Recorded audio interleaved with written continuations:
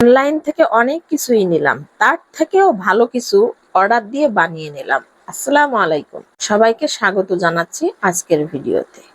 এই তো সকাল সকাল শুরু করে দিয়েছি আজকের ব্লগটি। আপনাদের ভাইয়া অর্ডার করেছিল টপ স্ট্যান্ড। আমি বলেছিলাম, কারণ আমার ডাইনিং আসলে আমি ডাইনিং এর পাশে এরকম স্ট্যান্ড একটা রাখবো, এটাই ভেবে আপনাদের ভাইয়াকে বলেছিলাম। আর এই স্ট্যান্ডে সব খাবারগুলো রেখে দেবো, টেবিলটা ফাঁকা থাকবে। আর টেবিলের উপর কোনো খাবার হাঁড়ি পাতিল গ্যাদারিং করব না, এটা আমার একদম পছন্দ না। তারপর তো কিছু বাজার নিয়ে আসলো, সেগুলো আমি বের করে নিব। আর স্ট্যান্ডটা পেয়ে তো আমি খুব খুশি, কারণ এটা এসএস এর স্ট্যান্ড। এটা অর্ডার দিয়ে বানিয়ে নিয়ে আসছে, আর অর্ডার দিয়ে বানানোর কারণে জিনিসটা অনেক ভালো হয়েছে। অনলাইন থেকেও আমি একটা টপ স্ট্যান্ড নিয়েছিলাম, সেটা মোটামুটি ভালো পড়েছে। আসলে অনলাইনের জিনিস দামও বেশি পড়ে যায়, আর অতটা টেকসই আর খুব একটা বেশি ভালো হয় না। আর যেভাবে ওরা অ্যাড দেয়, অ্যাডে দেখা যায় অনেক সুন্দর, কিন্তু যখন হাতে পেয়ে ডেলিভারির পরে যখন হাতে চলে আসে তখন ওটা অতটা সুন্দর হয় না। আগের পট স্ট্যান্ডটা নিয়েছিলাম যে পেজ থেকে, তো ওরা যেভাবে অ্যাড দিয়েছিল এবং দামটাও বেশি নিয়ে গিয়েছে। আর সবশেষ দাম বেশি নিক আর কম নিক, আর যে কোনো জিনিস উপকারে যখন আসে খুবই ভালো লাগে। আর অন্যদিকে আমার যত ফ্রাই প্যান থেকে শুরু করে ননস্টিকের যত পাতিলগুলো যেগুলো কন্টিনিউ আমি ইউজ করি, সেই গুলো সব একদম আমার কিচেনের পাশেই আমি রেখে দেই। একটা পট স্ট্যান্ডের জন্য আমার এতটা সুবিধা হয়েছে, খুব উপকারে আসছে আমার।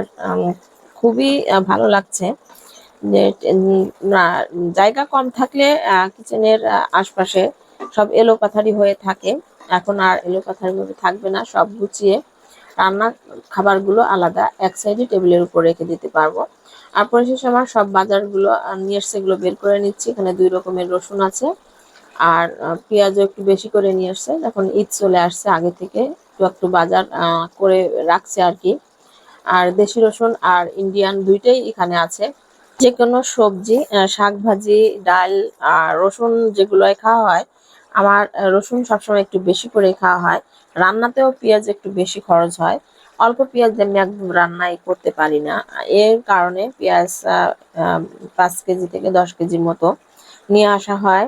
আর নিমিষে কখন শেষ হয়ে যায় এটা নিজেও জানি না। পেঁয়াজ অল্প পেঁয়াজে জানি কেন রান্না করতেই পারি না আমি। তো পেঁয়াজগুলো আমি বের করে নিলাম।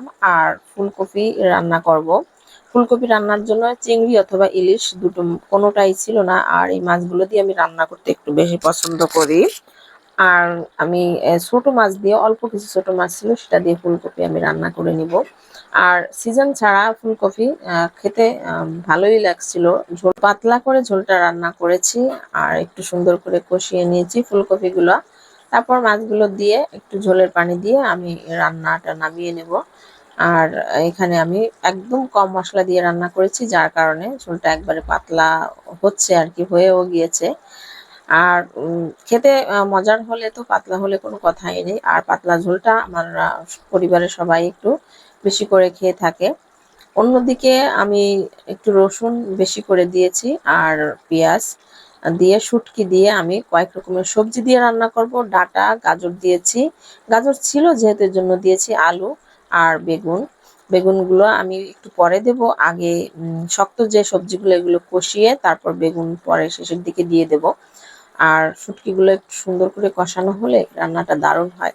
তো এভাবে আমি 2 দিন করে যে কোনো সবজি রান্না করে দিয়েছি। আসলে যে একদমই খেতে চায় না সবজি, সে তো খুব মজা করে খেয়েছে। আর রাইস কুকারে ভাতও দিক দিয়ে রান্না করে ফেলেছি, কারণ গ্যাস সামান্য সময় এসেছে আবার কখন চলে যায়, এই জন্য রাইস কুকারে ভাতটা বসিয়ে দিয়েছি। আর গ্যাসের যন্ত্রণা তো বড় মহাই যন্ত্রণা এখন শুরু হয়ে গিয়েছে। কিভাবে আর কতদিন চলবে জানি না, কি অবস্থা শুরু হলো। একবারেই আমরা গ্যাস পাচ্ছি না, আমাদের খুব কষ্টের দিন কাটতেছে আর কি। তো সবজিগুলো সুন্দর করে কষিয়ে নিয়েছি, একটু সামান্য পানি দিয়ে আর কি রান্না করে নিব। আর যখন একটু শুকিয়ে আসবে তখন নামিয়ে নেব। আর অন্যদিকে আমার বাবার বাড়ি থেকে কিছু আম পাঠিয়ে দিয়েছে, গাছের আম। আর গাছের আম ছোটবেলা থেকে যে গাছের আম খেয়ে আসছে সেগুলো তো সবারই ভালো লাগে খেতে, কার না ভালো লাগে।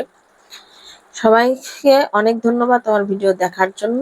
আর লাস্টে আমি দেখাচ্ছি এই সেই আমার পট স্ট্যান্ড যেটা আমি অনলাইন থেকে নিয়েছিলাম। এটি আপনাদের কেমন লাগলো? সবাইকে অনেক ধন্যবাদ, ভালো থাকবেন, আল্লাহ হাফেজ।